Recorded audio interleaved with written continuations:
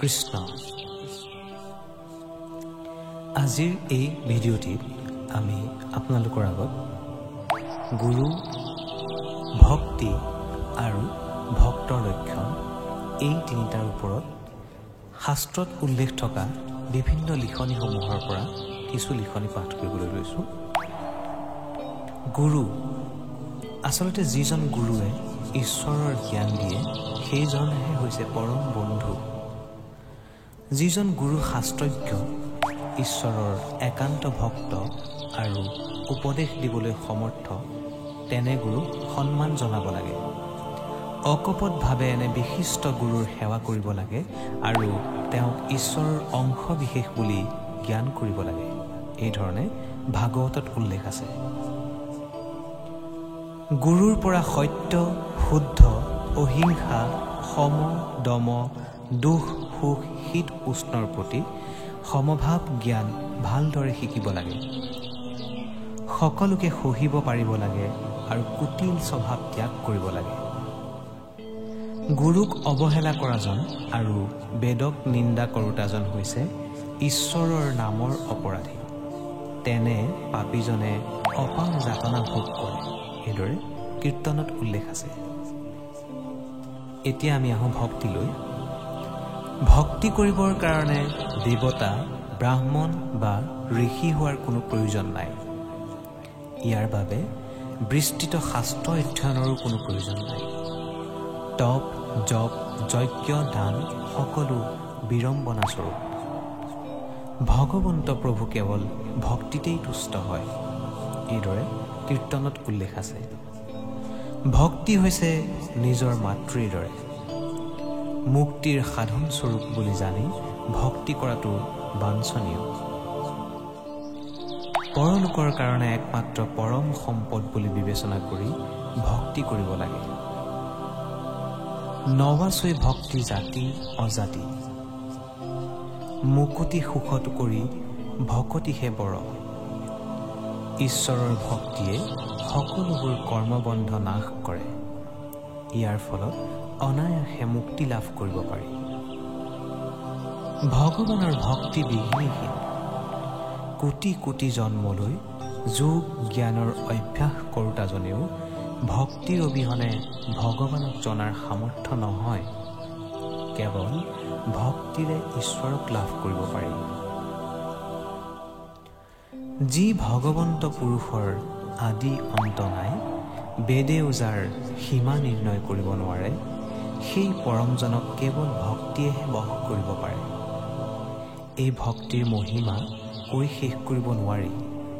সেইবাবে ভক্তিত মনোনিৱেশ কৰা উচিত।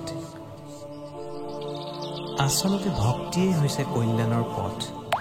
ভক্তিয়েই হৈছে পৰম ধন। ইয়াৰ কোনো সমতুল্য নাই। সকলোবোৰ কাঠৰ ভিতৰত জুই থাকে, কিন্তু ঘৰখনৰ অবিহনে ইয়াৰ প্ৰকাশ সম্ভৱ নহয়। সেইদৰে সকলোৰে হৃদয়ত ঈশ্বৰ নিবাস যদিও ভক্তিৰ অবিহনে তেওঁক কোনেও জানিব নোৱাৰে। নিজৰ বুদ্ধি অনুসাৰে লোকে বেদৰ ব্যাখ্যা কৰে আৰু ভক্তি ত্যাগ কৰি আন পথ গ্ৰহণ কৰে। কোনোৱে ক্ষুদ্ৰ দেৱতাৰ পূজা, তীৰ্থস্নানৰ কথা কয়। কোনোৱে বেদত জ্ঞানৰ যোগেৰে পৰম গতি লাভ কৰাৰ কথা আছে বুলি কয়। কোনো মূৰ্খই শাস্ত্ৰৰ বিচাৰ নকৰি পূৰ্বপুৰুষৰ কুল ধৰ্ম আচাৰ পালন কৰে আৰু কিছুমানে সেইবোৰকো ত্যাগ কৰি পাষণ্ডৰ পথ গ্ৰহণ কৰে। ফলত ঈশ্বৰক লাভ কৰাৰ পৰিৱৰ্তে অধোগতি যায়। বিভিন্ন কামৰ কাৰণে দুখ সুখহে পায়। ভক্তিৰ অবিহনে জ্ঞানেৰেও পৰম গতি লাভ কৰিব নোৱাৰি। লোকে বেদৰ এই পৰম তত্ত্ব বুজি নাপায়। ঈশ্বৰৰ জন্মকাণ্ডৰ গুণাগুণ গোৱা, সেইবোৰেৰে অবিৰত কীৰ্তন কৰা আৰু একান্তভাৱেৰে শ্ৰৱণ কৰাই হৈছে উত্তম ভক্তি। প্ৰেম ভক্তিৰ লক্ষণৰ বিষয়ে যদি আমি ক'বলৈ যাওঁ, ঈশ্বৰৰ নাম ল'লে চকুপানী ওলায়। তেওঁৰ গুণানুকীৰ্তন শুনিলে শৰীৰ ৰোমাঞ্চিত হৈ পৰে। ফলত হৃদয় পবিত্ৰ আৰু বাণী গদগদ হৈ পৰে। কেতিয়াবা ভক্তই ঈশ্বৰকে পৰম প্ৰিয়জন বুলি ভাবি হাঁহে, কেতিয়াবা কান্দে আৰু কেতিয়াবা লাজ মান কাটি কৰি থৈ আনন্দতে নাচে। এনেবোৰ ভক্তই জগতক পবিত্ৰ কৰে এইবুলি ভাগৱতত উল্লেখ আছে। অতিশয় ভোক লগাত আহাৰ খালে তিনিবিধ কৰ্ম সাধিত হয়: তুষ্টি লাভ, দেহৰ পুষ্টি সাধন আৰু ক্ষুধা নিবাৰণ। প্ৰেম ভক্তিৰ লক্ষণ হৈছে এনেধৰণৰ: সামান্য ভক্তিত প্ৰেমৰ পুষ্টি সাধন হয়। যিদৰে কিঞ্চিত আহাৰ খালে কিছুমান লোক তুষ্ট হয়, একান্ত ভক্তিৰ বলত পৰম প্ৰেম লাভ হয়। যিদৰে প্ৰচুৰ আহাৰ খালে পৰম সন্তোষ লভিব পাৰি, প্ৰেম ভাৱত একান্ত ভক্তি কৰিলে ঈশ্বৰৰ কৃপাত বৈৰাগ্য উপজে আৰু ঈশ্বৰ জ্ঞান হয়। ফলত চিত্ত শান্ত হয়, বিষয় বাসনাৰ ব্যাকুলতা আঁতৰে আৰু মন কেতিয়াও ঈশ্বৰৰ ভক্তিৰ পৰা বিচ্যুত নহয়। প্ৰকৃততে ভক্তৰ লক্ষণসমূহ কেনেকুৱা ধৰণৰ হয়? ঈশ্বৰেই ভক্তৰ হৃদয় অধিকাৰ কৰি থাকে আৰু ভক্ত বৎসল্য ঈশ্বৰৰ হৃদয়তো ভক্তই স্নান লাভ কৰে। ভক্তই ঈশ্বৰৰ অবিহনে আন কথা চিন্তা নকৰে। কৃপালু প্ৰভুও ভক্তৰে ধ্যান কৰে।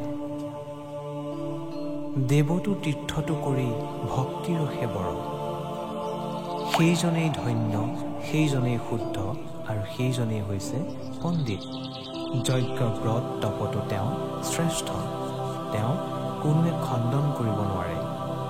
সেইজনেই হৈছে সত্যবাদী, দাতা আৰু জ্ঞানী, যাৰ কৃষ্ণৰ চৰণত ভক্তি থাকে। সকলো পুণ্যৰ মূল হৈছে ভক্তি।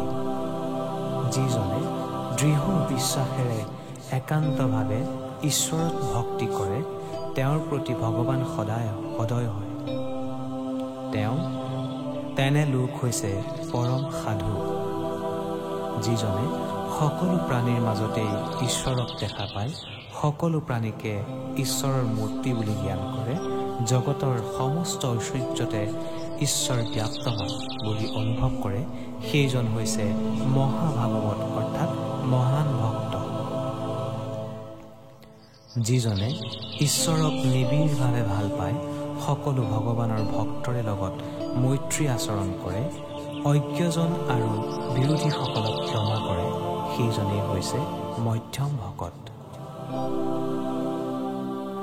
যিজনে ভক্তক শ্ৰদ্ধা নকৰে আৰু কোনো প্ৰাণীৰ প্ৰতি কৰোণা অনুভৱ নকৰে, কিন্তু কেৱল এজন ঈশ্বৰকে আৰাধনা কৰে, তেওঁ হৈছে প্ৰকৃত ভকত। সেইজন ভক্তিৰ পথত অগ্ৰসৰ হোৱা বুলি ক'ব পাৰি। ক্ৰমশঃ তেওঁ উত্তম ভক্তৰূপে পৰিগণিত হ'ব।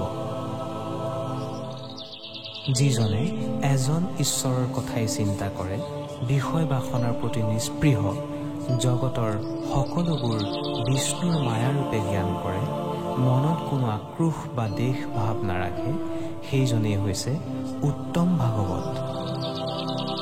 যিজনে জন্ম মৃত্যু, ক্ষুধা তৃষ্ণা ভয় পৰিশ্ৰম, দেহ প্ৰাণ বুদ্ধি মন আৰু ইন্দ্ৰিয়ৰ ধৰ্মবোৰক সংসাৰ ধৰ্ম বুলি জানি চিত্ত বিমোহৰণৰ পৰা মুক্ত হৈ থাকিব পাৰে আৰু কেৱল ঈশ্বৰৰ ধ্যানত হৈ থাকে, সেইজনেই হৈছে উত্তম ভকত। যিজনে ধন বিত্তৰ ক্ষেত্ৰত কেতিয়াও আপোন পৰৰ ভেদভাৱ নেদেখুৱাই, সকলোকে এক আত্মা বুলি জ্ঞান কৰে, সকলো লোকৰ প্ৰতি সমদৰ্শী, সেইজন শান্ত সৌম্য স্বভাৱৰ লোকেই হৈছে উত্তম ভক্ত।